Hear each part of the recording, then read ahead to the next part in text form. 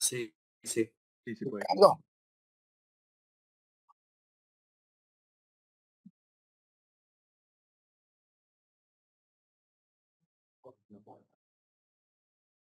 No. Bueno. Presentación. Listo. Bien. Bueno. Bien. Vamos a hacer énfasis en neumonía adquirida en la comunidad y vamos a revisar conceptos importantes a conocer de neumonía intrahospitalaria y neumonía asociada a la ventilación mecánica. ¿Ok? Bien. La idea de esta diapositiva es que ustedes noten en la imagen del lado derecho la comparación entre un corte histológico de un pulmón normal respecto a un pulmón con neumonía.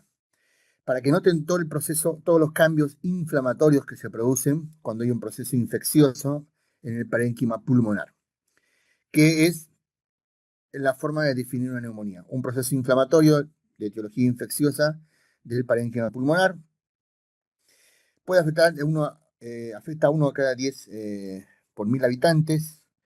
La mortalidad es, por supuesto, mayor en pacientes hospitalizados respecto al setting ambulatorio.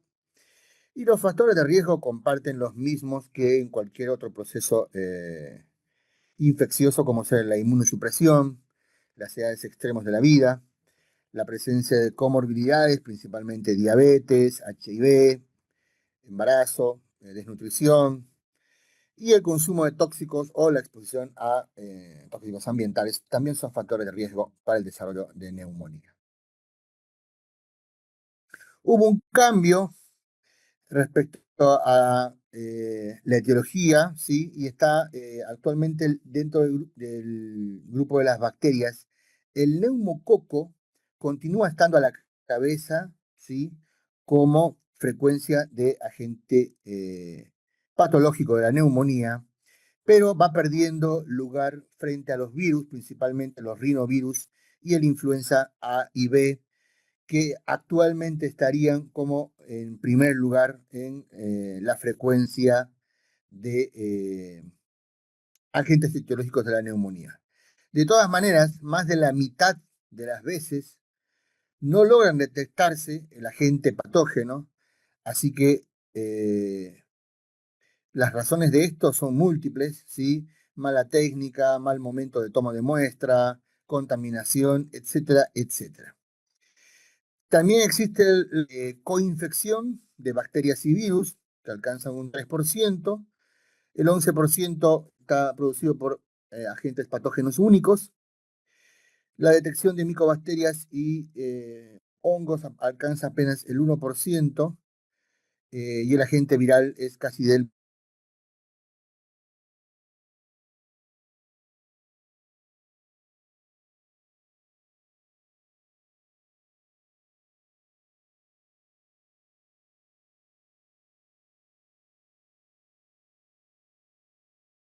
la causa más frecuente, tanto en la terapia intensiva.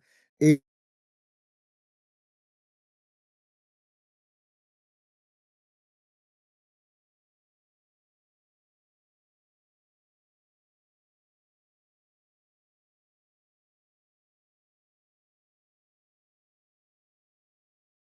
plasma tiene una característica muy importante, se asocia a cefalea, síntomas respiratorios altos, y existe lo que se llama una disociación clínico-radiológica en la cual puede haber importante compromiso imagenológico del parénquima pulmonar con poca sintomatología. Bien. Y los virus, por supuesto que también son agentes etiológicos que no debemos nunca dejar de lado. ¿En quiénes vamos a pensar gérmenes atípicos como pseudomonas? La pseudomonas originosa está principalmente en pacientes que tienen alteraciones estructurales previas, como ser, por ejemplo, secuelas cavitacionales de infección por tuberculosis, bronquiectasias, la fibrosis quística, que actualmente está cada vez, debido al avance en el tratamiento con los moduladores, cada vez hay más pacientes adultos con fibrosis quística, lo cual era imposible y una fantasía hace unos 20 años. Entonces, los pacientes que tengan secuelas estructurales, daño estructural previo, siempre hay que pensar en Pseudomonas aeruginosa. También el Staphylo aureus en 70 pacientes en UTI y en pacientes que estuvieron hospitalizados, usuarios de drogas endovenosas, diabéticos, son los que habitualmente debemos rescatar o pensar como agentes etiológicos atípicos, ¿sí? La legionela es una enfermedad estacional, es generalmente en brotes de legionela y se asocia, esto es muy característico, a la exposición a agua contaminada con legionela, principalmente saunas, tanques, en edificios viejos, y se caracterizan por un episodio gastrointestinal de tipo diarreico, más o menos 7 a 10 días previos al inicio del cuadro respiratorio. La neumonía aspirativa, siempre en estos casos debemos pensar en gran negativo, anaerobios o anaerobios facultativos, ¿sí? ¿Cuándo vamos a pensar en gérmenes atípicos? Generalmente, como les dije, en pacientes con antecedentes de daño estructural, en pacientes que recibieron antibióticos dentro hasta de los últimos 3 meses previos a la infección actual, eh, y también en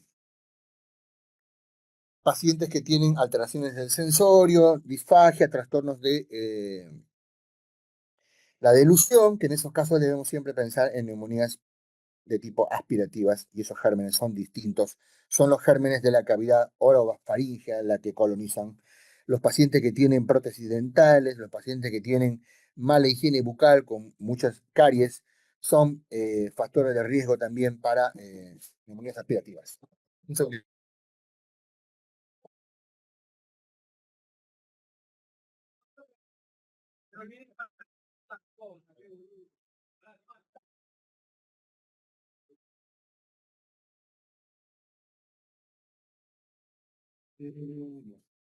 Bueno, bien. Tampoco debemos dejar de lado las micosis. Las micosis tienen la característica de que están en áreas endémicas. Buenos Aires es un área relativamente endémica, así que siempre debemos pensar y siempre las muestras respiratorias en pacientes de riesgo deben ser enviadas para búsqueda de gérmenes típicos, virus, micobacterias y hongos siempre, ¿sí? El Pneumocystis jirovesi, que hace ya unos años que está catalogado dentro del tipo de hongos, está íntimamente relacionado a pacientes portadores de HIV. Dentro de los coccidioides, el histoplasma, los coccidioides, los blastomicosis y la paracoccidioidiomicosis son los agentes etiológicos más frecuentes. ¿Cuándo pensarlos? No digo que piensen en hongos cuando enfrentan una neumonía de primer lugar, pero siempre pónganlo por lo menos en el tercer lugar, ¿sí? Siempre que vean nódulos, vean cavidades, piensen en gérmenes, bacterias, piensen en micobacterias y piensen en hongos y piensen también, por supuesto, en cáncer. Bien.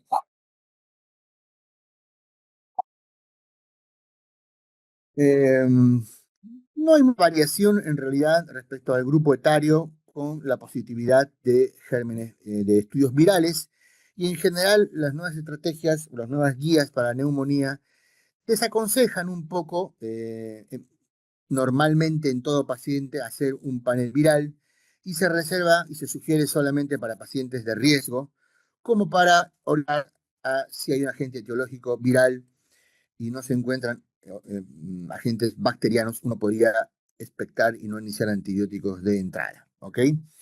Para eso, por tanto, lo que nos sugieren siempre actualmente las guías nuevas es panel viral solo en pacientes de riesgo, ¿sí? Y no en todos, no en toda la población, porque sobre diagnosticas o sobre estudias eh, con un estudio confirmatorio para virus cuando la sospecha es más bien clínica, no necesitas confirmación con un panel viral. Formas de clasificar la neumonía según el lugar de la adquisición. Por supuesto que la número uno es la neumonía adquirida en la comunidad. Luego tenemos la neumonía intrahospitalaria, de la cual se desprende un subtipo que es la neumonía asociada a la ventilación mecánica en pacientes que estuvieron conectados a o que requirieron soporte ventilatorio. Cuando decimos que hablamos de neumonía intrahospitalaria y de neumonía asociada a la ventilación mecánica,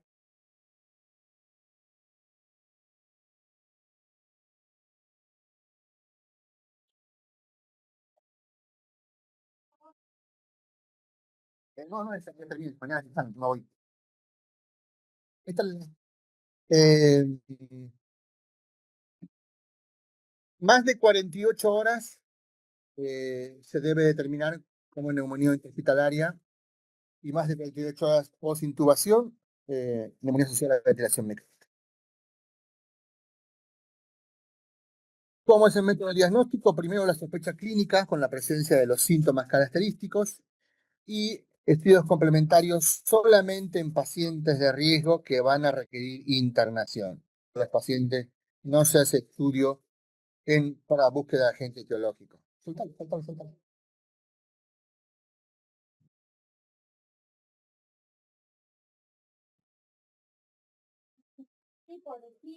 Porque está el carpintero que va a venir trayendo máquinas. Pero soltalo, soltalo. Está en piecitos. Ya debe estar viniendo ya.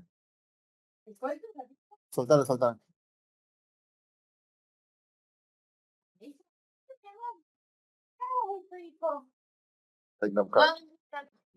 No, ya está la puerta, ya está la puerta. No, eh,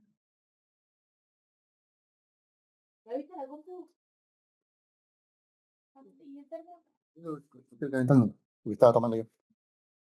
Bueno, entonces lo importante entender sí, y mensaje es que estudios para búsqueda de agente etiológico solamente en pacientes de riesgo, que uno prevé que van a requerir internación, en el resto de los pacientes no se requiere estudios complementarios y uno puede hacer un tratamiento empírico, de acuerdo a si te orienta o te hace sospechar agente bacteriano, damos antibióticos empíricos, y si no, podemos dar solamente tratamiento sintomático y control en 48 a 72 horas para ver cómo evoluciona el paciente.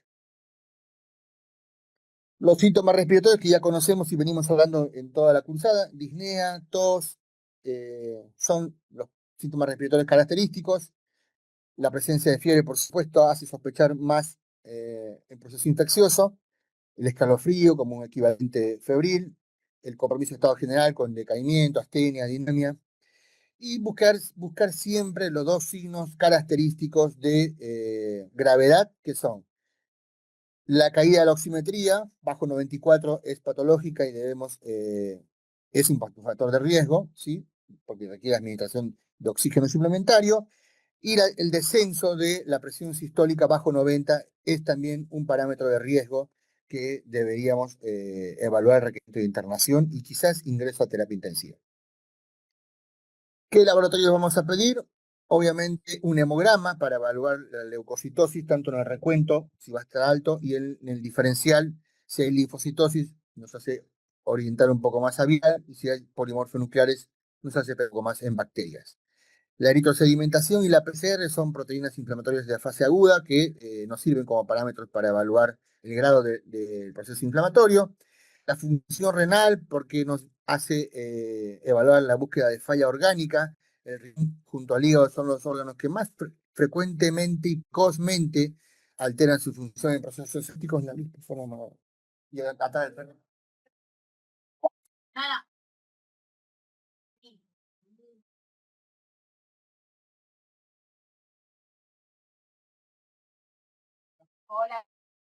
del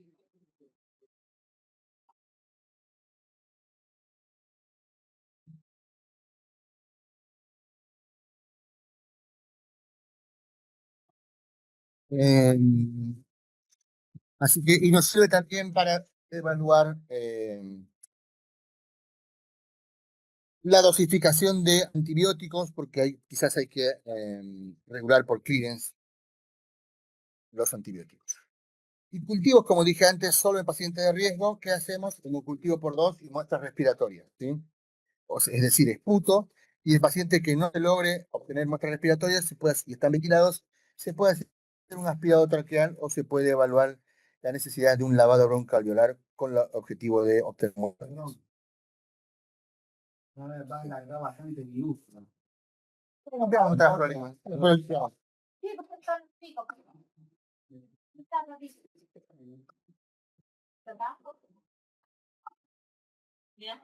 Pero no, todavía terminar.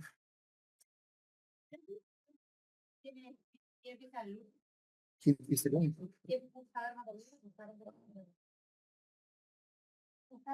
Bueno, como dije antes, esta diapositiva lo que nos dice es que en pacientes ambulatorios de bajo riesgo no se debe realizar búsquedas de detección de virus respiratorios, sí en los pacientes de riesgo que van a requerir hospitalización y inmunosuprimidos.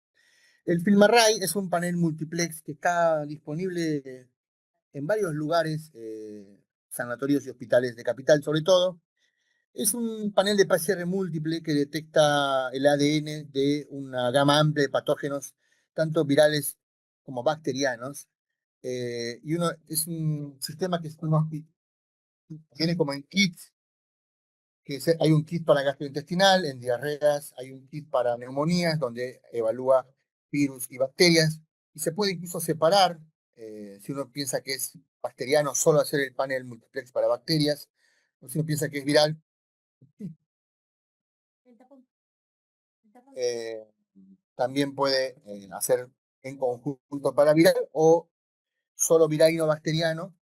Esto para minimizar un poco el costo. El costo es bastante elevado, más o menos $300 por estudio.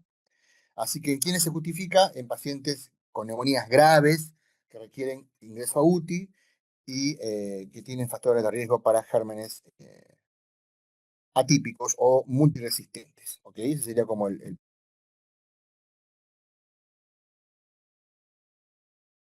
de enfermedad, porque depende también de la carga, te mide como en concentración o carga de unidades formadores de colonias. Entonces, de acuerdo al mayor recuento, de 10 a la 4 por encima, la posibilidad de que ese germen detectado sea el agente etiológico aumenta. Por debajo de ese punto de corte, por ahí puede ser una detección por una exposición que tuvo, o porque vemos que puede haber presencia de varios gérmenes, todos son los que están produciendo la enfermedad. ¿Sí? Bien. Las imágenes radiológicas, todos ya estamos cansados de escuchar los dos signos radiológicos típicos de una neumonía, el broncograma aéreo y el signo de la silueta. No voy a ahondar a estas alturas en eso porque imagino que en semiología y en imágenes ya se han cansado de verlo. La tomografía obviamente te ofrece un panorama mucho más detallado, ¿sí? Y te permite ampliar un poco quizás el diagnóstico diferencial, y te puede evaluar la presencia de derrames, de atalestasias, de nódulos, de adenopatías pariliares. No en todos, nuevamente, en quienes se justifica una tomografía, cuando el paciente no evolucionó bien, pese al esquema antibiótico, a las 72 horas sigue febril, sigue con blancos. Uno puede hacer una tomografía buscando complicaciones de la neumonía, es decir, abscesos, derrames pleurales, eh, pensando en neumonías obstructivas, por ejemplo, por obstrucción de un bronquio fuente, por etiología tumoral, cuerpos extraños, estén desplazados, se llaman neumonías posobstructivas y ahí se puede, por ejemplo, hacer una tomografía. La tomografía típica que todos la vimos durante la pandemia, el infiltrado en vidrio esmerilado, subpleural, periférico típico del COVID, y la influenza que es un poco más difusa la afectación y no es tan confluyente, nos hace pensar más en etiologías virales. Cualquier infiltrado tipo virus esmerilado que ustedes vean en pacientes es más probable que sea no tanto de etiología bacteriana. Puede estar asociado neumonías con áreas consolidadas y virus esmerilado alrededor. Existe, puede ser por coinfección bacteriana o puede ser también por procesos intersticiales típicos que dan ese patrón.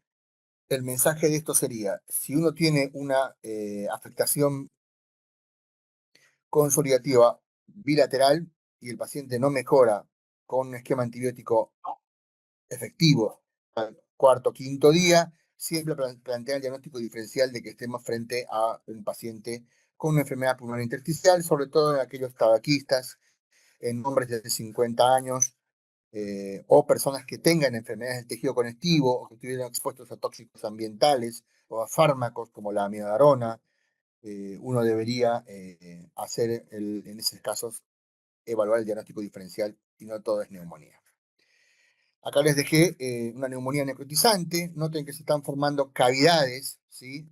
Bilaterales, porque obviamente el mecanismo es por embolias sépticas. Esto es típico del estafilococo, aunque no siempre es la única causa. Cualquier bacilo gram negativo puede producir neumonías necrotizantes. Son cavidades de paredes gruesas, generalmente de no más de 1 centímetro. Pueden tener vidrio esmerilado alrededor, como ven ahí, mantienen las características del programa aéreo, tienen nivel hidroaéreo general en las cavidades, como ven en algunas imágenes ahí, eh, pero obviamente siempre se debe pensar y hacer el diagnóstico diferencial con qué. Primero, con vasculitis. La vasculitis granulomatosa de Charles-Strauss es una de las causas, Wegner también, para descartar. Eh, Tumores o metástasis que se cavitan, también hay que pensar. Bronquiectasias, también se debería hacer como diagnóstico diferencial de estas imágenes. Pero, ¿cuál es el mensaje de esto? Siempre tratar con antibióticos por 4 o 5 días y si no mejora el paciente, plantear otros diagnósticos diferenciales.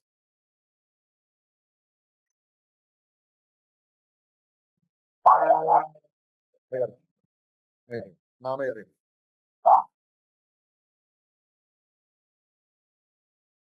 Mm, Voy a alejar un poco del ruido.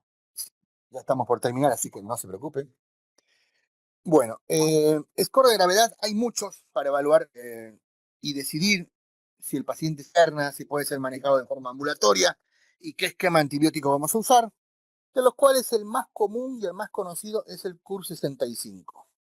¿Por qué? Porque es fácil, porque la misma sigla nos da los parámetros a evaluar, ¿sí? Porque es mundialmente conocido, solamente requiere el único parámetro de laboratorio que te pide es la uremia, nada más. Así que se basa más que todo en parámetros clínicos, más que laboratoriales, y tiene una sensibilidad y especificidad para evaluar el riesgo del paciente y decidir así si el paciente puede ser manejado en forma ambulatoria, si puede ser manejado o requiere hospitalización en sala general o si requiere terapia intensiva.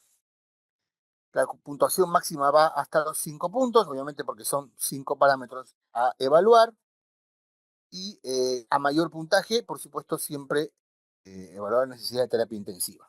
¿Sí? Más de 3 puntos, sí plantea la necesidad de ingreso a terapia intensiva. Está también la PSI, que es un sistema de puntuación de severidad de neumonía, no es tan conocido, requiere un par de parámetros más en realidad y engloba las comorbilidades asociadas, es mucho más complejo, digamos, su medición, y tampoco comparado con el Club 65 no nos da más, no es que sea mejor, digamos, ¿no? Bien. Y las guías, o la clasificación de la ATS, que va del 1 al 4, es mucho más, quizás combina en realidad el Club 65 y la presencia de comorbilidades o no, donde el ATS1 es pacientes de menos de 65 años sin comorbilidades, esos son los únicos dos parámetros. En esos pacientes en general se puede utilizar monoterapia con amoxicilina sola o con macrólidos como alternativa.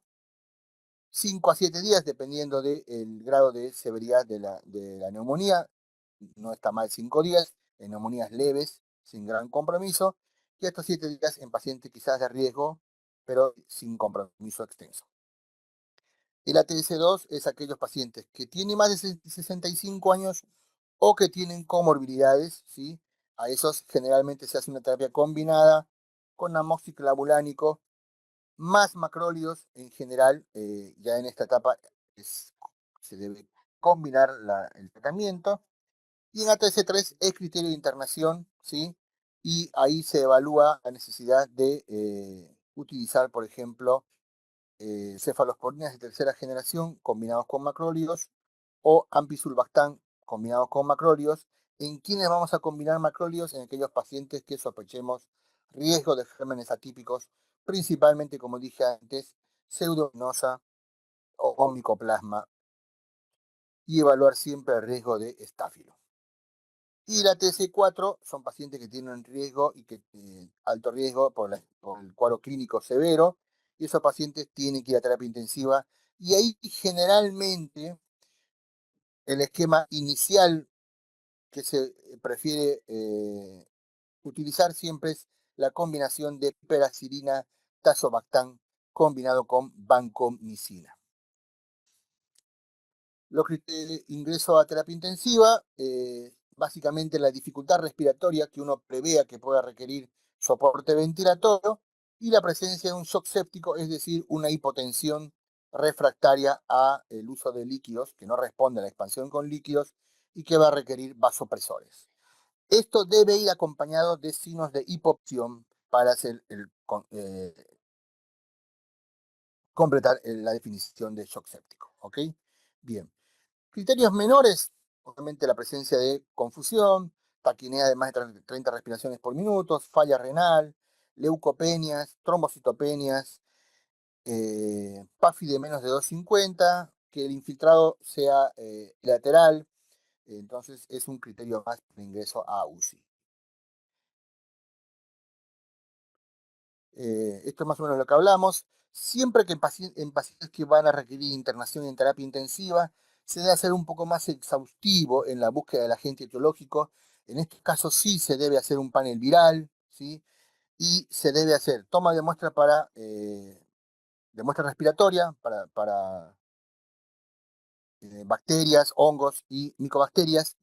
Se deben tomar cultivos, se debe hacer la búsqueda de antígeno urinario cuando está disponible para neumonía y para legionela, porque esto es un test rápido, que si se detecta la legionela o el neumococo, uno puede, está habilitado a dar un germen dirigido al neumococo, que casi nunca es resistente, y no quemamos, digamos, esquemas mucho más amplios.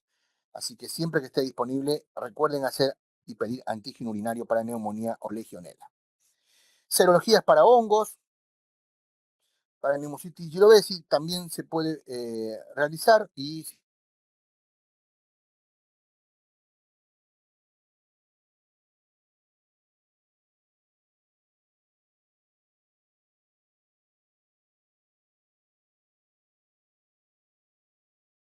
es el, cada vez más la tendencia a utilizar el ecógrafo como método alternativo diagnóstico en vez de radiografía o tomografía. La ecografía es un método no invasivo, rápido, inmediato, que requiere un tiempo de aprendizaje en su uso, sí, pero no es tampoco tan complejo. Y cada vez se está planteando más el uso del ecógrafo como método diagnóstico auxiliar en neumonía. ¿Sí? Dijimos ya que los virus respiratorios solamente se reservan para pacientes con factores de riesgo y el uso de antibióticos en pacientes estables clínicamente y que se van a manejar de forma ambulatoria, que no tienen un compromiso extenso radiológico y que clínicamente estén bien. Uno puede utilizar un esquema corto de 5 días, eh, que es la tendencia actual. Y los corticoides no está indicado en neumonías, salvo en neumonías severas, con shock séptico, con requerimiento de vasopresores, y en esos casos se da hidrocortisona 200 miligramos al día y no más que eso. Esto es lo mismo que habíamos hablando, la combinación de amoxicilina en bajo riesgo, amoxiclavulánico en moderado, o ampicilina combinado o no con macrólidos o doxiciclina, y en pacientes que van a entrar a UCI, pipertazo banco es como el esquema preferido. Entonces, más o menos lo mismo. Las neumonías graves, como dije, pipertazo banco. Y en pacientes que uno sospecha pseudomonas, como en los pacientes EPOC, como dije antes, en bronquiectasia, en pacientes con cavitaciones secuelares, uno siempre puede evaluar la necesidad de tratamiento combinado con quinolonas asociadas a los betalastámicos, sobre todo en aquellos pacientes que han tenido rescates previos de pseudomonas, se justificaría esta terapia combinada. Se puede utilizar ciprofloxacina combinado con pipertazo o se puede utilizar combinado con levofloxacina. No como monoterapia de las quinolonas, siempre combinado. El tratamiento para las neumonías virales, el oseltamivir para la influenza en pacientes de riesgo, no en todos, salvo que estemos frente a un brote epidémico. Y para el sistema respiratorio, la ribavirina, y en el herpes, el aciclovir sería como las opciones. La profilaxis no está demostrada, no se lo utiliza, así que eso no lo tomen en cuenta. Como dije antes, la neumonía intrahospitalaria es aquella neumonía que ocurre 48 horas o más después del ingreso hospitalario, lo mismo que la neumonía asociada a la ventilación mecánica. No existe más la neumonía asociada a los cuidados de la salud, fue eliminado porque había un sobrediagnóstico y había un sobretratamiento con esquemas amplios, cuando en general se podían quizás haber tratado con esquemas mucho más dirigidos, así que se decidió retirar esta clasificación en la última guía actualizada del año pasado. La neumonía asociada al respirador mecánico, obviamente, es la causa número uno del aumento de la estadía, incrementa el tiempo de estadía en la UCI, eh, dificulta y prolonga la posibilidad del WINI, de la extubación, corresponde al 80% de las neumonías hospitalarias, es quizás la infección más frecuente junto a la infección urinaria como causa de uso de antibióticos en terapia intensiva. En segundo lugar está la sepsis por catéteres. Eh, Más de la mitad de las indicaciones de antibióticos son por sospechas de neumonía asociada a la ventilación mecánica, y la mortalidad puede llegar incluso al 50%. Y a mayor tiempo de días de ventilación mecánica, mayor riesgo del desarrollo de neumonía asociada a la ventilación mecánica. Decimos precoz cuando se desarrolla dentro de los primeros 4 días de la hospitalización en terapia intensiva. Generalmente en estos casos uno no debe tanto sospechar en patógenos multiresistentes, generalmente pudieran ser todavía gérmenes sensibles, y si es después del 5.º día de internación y ventilación la aparición de neumonía asociada a respiración mecánica, en esos casos sí tiene peor pronóstico y tiene mayor riesgo de gérmenes multiresistentes. El uso de antibióticos precoces, esto es muy importante entender, son el factor de riesgo principal para el desarrollo de gérmenes multiresistentes. Esto es un cálculo de la tasa de incidencia de neumonía asociada a la respiración mecánica, no le sirve a usted, no sirve a los terapistas. Eh, por supuesto que factores de riesgo para el desarrollo de la neumonía asociada a la ventilación mecánica, la presencia de comorbilidades como el cáncer, el EPOC, la insuficiencia cardíaca, el fallo renal, son las principales. eh, el uso de corticoides, los postparo cardiorrespiratorio, neurocirugías, cirugías generales grandes, el uso de antiácidos, el uso generalizado de pacientes hospitalizados o pacientes ambulatorios con inhibidores de la bomba de protones tipo omeprazol, esomeprazol, suele ser factor de riesgo para el desarrollo de neumonías. Eh, el uso de bloqueantes neuromusculares curalizantes en ventilados también es un factor de riesgo para la neumonía asociada a ventilación mecánica. Como dije antes, esquemas previos hasta dentro de los 90 días previos a la infección son factores de riesgo para gérmenes resistentes. Los pacientes traqueostomizados, los con sondas nasogástricas, los que tienen lesiones de la piel como grandes quemados, los que tienen falla orgánica múltiple, el síndrome de estrés respiratorio, postes graves, y, como dije antes, a mayor duración de la ventilación mecánica, mayor riesgo de infecciones. El uso de una presión del balón de sujeción del tubo endotraqueal con una presión baja de menos de 20 es un factor de riesgo. El punto de inflado debe ser de 25 centímetros de agua, no más que eso. Por encima de eso también es nocivo. Y la reintubación es un factor de riesgo también para la neumonía.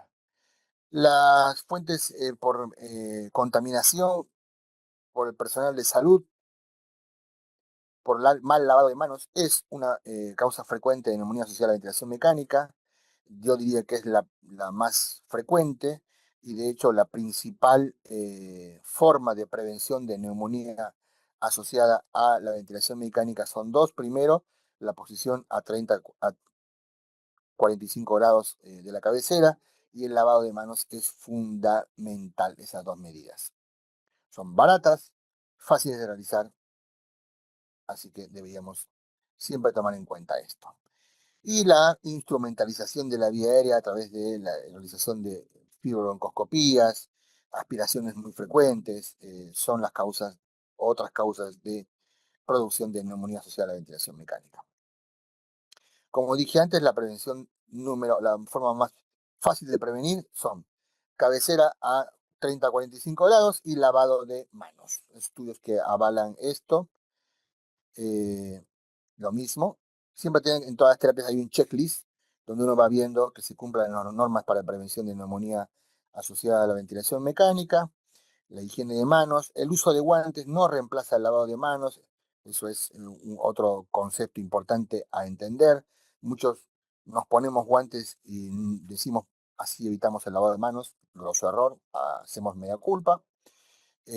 ¿Cuándo debemos de lavarnos las manos? Antes de acercarnos al paciente, después de ver al paciente y antes de ir al siguiente paciente son los momentos del lavado de manos. Existe toda una técnica, ¿sí? Debe lavarse todas las caras de la mano, eso ya me imagino que lo saben. Como dije antes, el control y el mantenimiento de la presión del balón de sujeción del tubo, bajo 20 riesgo de neumonía, sobre 30 lesión de la mucosa con estenosis posterior, así que 25 sería lo ideal como recomendado.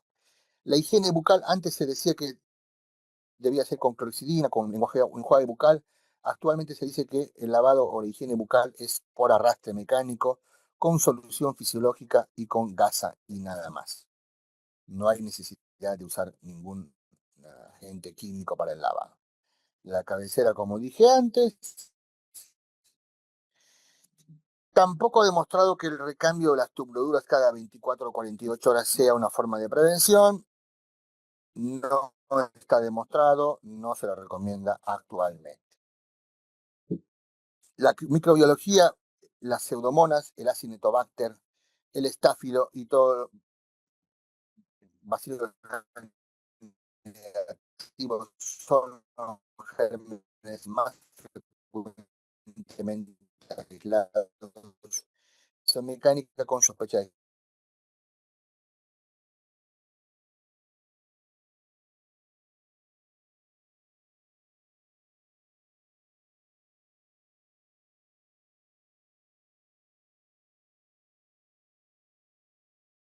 infección, linesolid, y pensamos en un estáfilo multiresistente.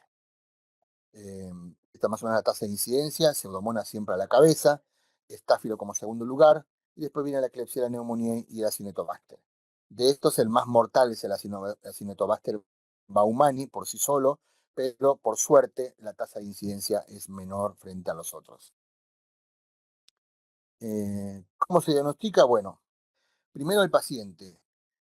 Cambian las características y se incrementa la cantidad o reaparece la cantidad de secreciones por el tubo endotraqueal.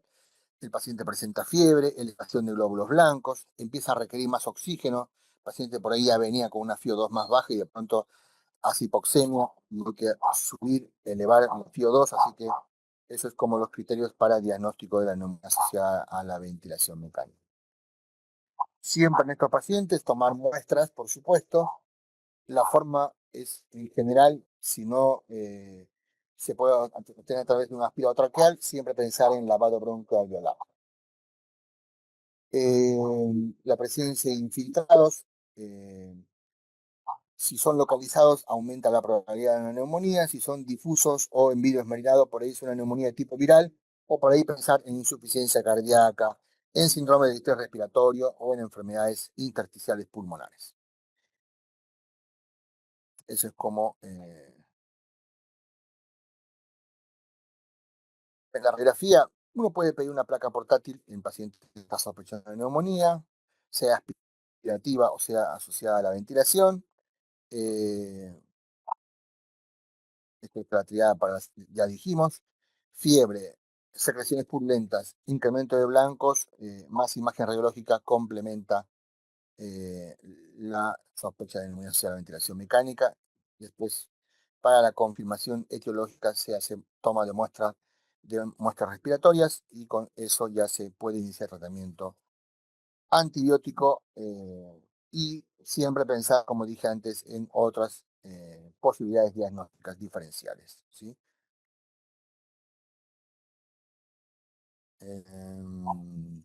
Bueno, esto es importante. El punto de corte para el método de detección es si es un lavado broncoalveolar, 10 a la 4 unidades formadoras de colonias por ml, y si es aspirado traqueal, más de 10 a la 6, porque obviamente es un poco más sensible el lavado versus el aspirado traqueal.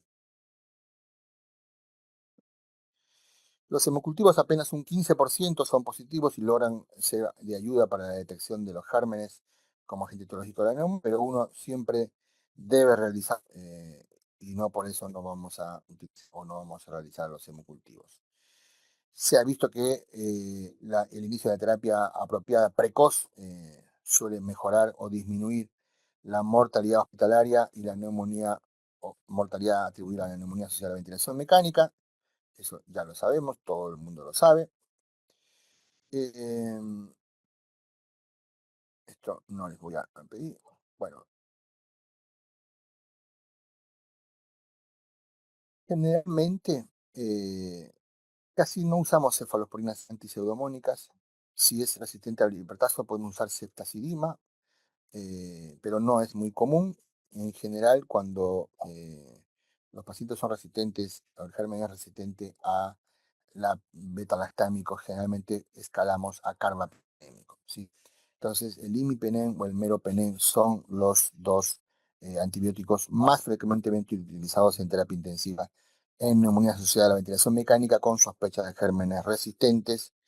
Eh, Como dije antes, se puede combinar en pacientes cuando hay sospecha de pseudomonas con quinolonas, cipro o levo, pero siempre combinado, no en monoterapia. Podemos combinar también con vancomicina o linezolid si está la sospecha de un estafilococo como sospecha de agente etiológico de la neumonía. Aminoglucos generalmente son como coadyuvantes. La amicacina es más comúnmente utilizada más que gentamicina. La infusión continua del meropenem es mejor que la infusión a horario. Esto está demostrado, pero bueno, no en todos lados se lo cumple. Tampoco para ustedes es importante hacerlo. Y la terapia con antibióticos inhalados, principalmente colistin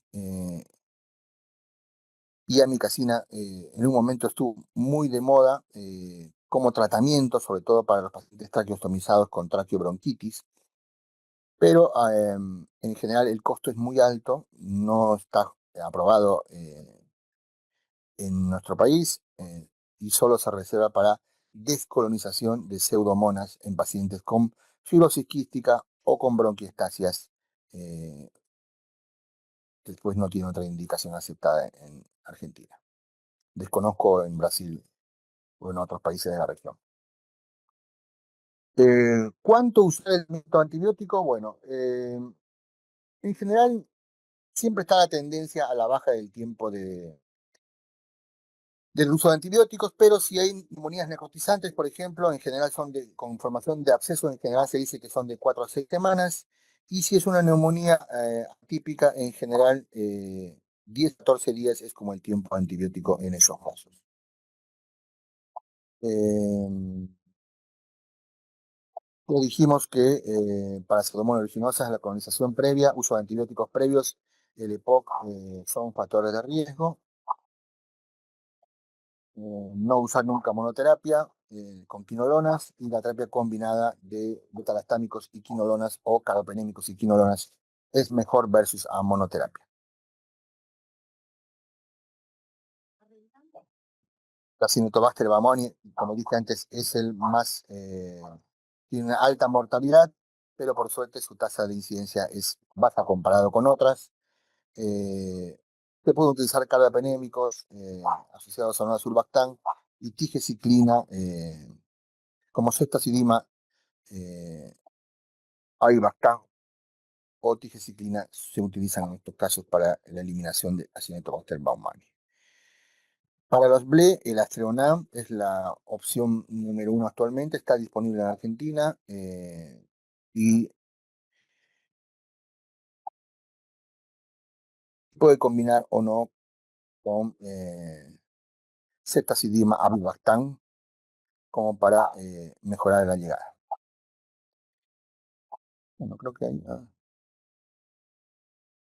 Bueno, como dije antes, enterobacterias BLE, las Casabi, que es el ceftazidima avibactam, es el único actualmente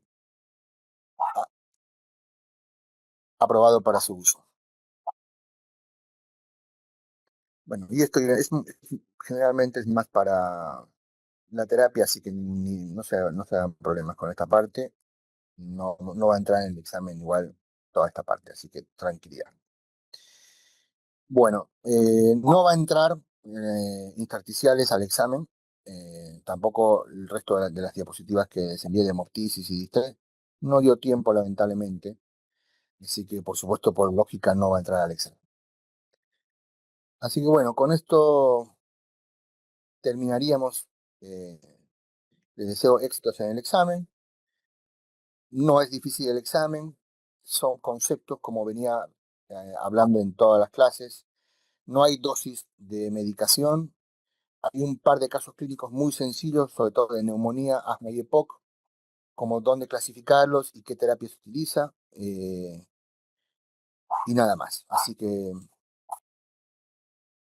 estoy casi seguro que a todos les va a ir muy bien el examen. Perdón, doctor, una pregunta. Entonces, Sí. ¿qué son los temas que no entran del programa? Lo que va a entrar, que es lo que importa, es asma, EPOC, neumonía, algo de espirometría, porque está relacionada a EPOC y asma, y algo muy poco, son 3 o 4 preguntas de apnea obstructiva del sueño. Nada más va a entrar. Hay tuberculosis, obviamente. Ok, gracias. Perfecto. Profe, ¿nos podrías compartir estas diapositivas por el grupo? ¿Tampoco está esta? Creo que tenemos unas diferentes. Bueno, claro. Bueno, de paso no hay problema.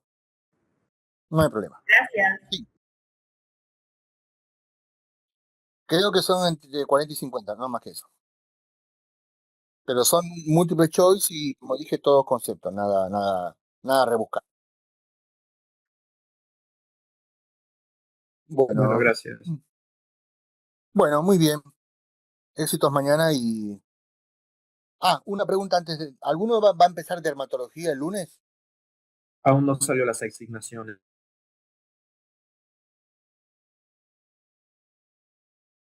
Porque no saben cuántos van a ser o sea, todavía no se sabe.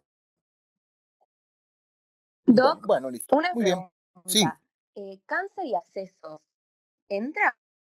No, acabo de decir que no. Perfecto, quería confirmar. Léanlo y se los dejo para que, bueno, los tengan para su estudio, pero no va a entrar al examen. Perfecto. Y otra pregunta.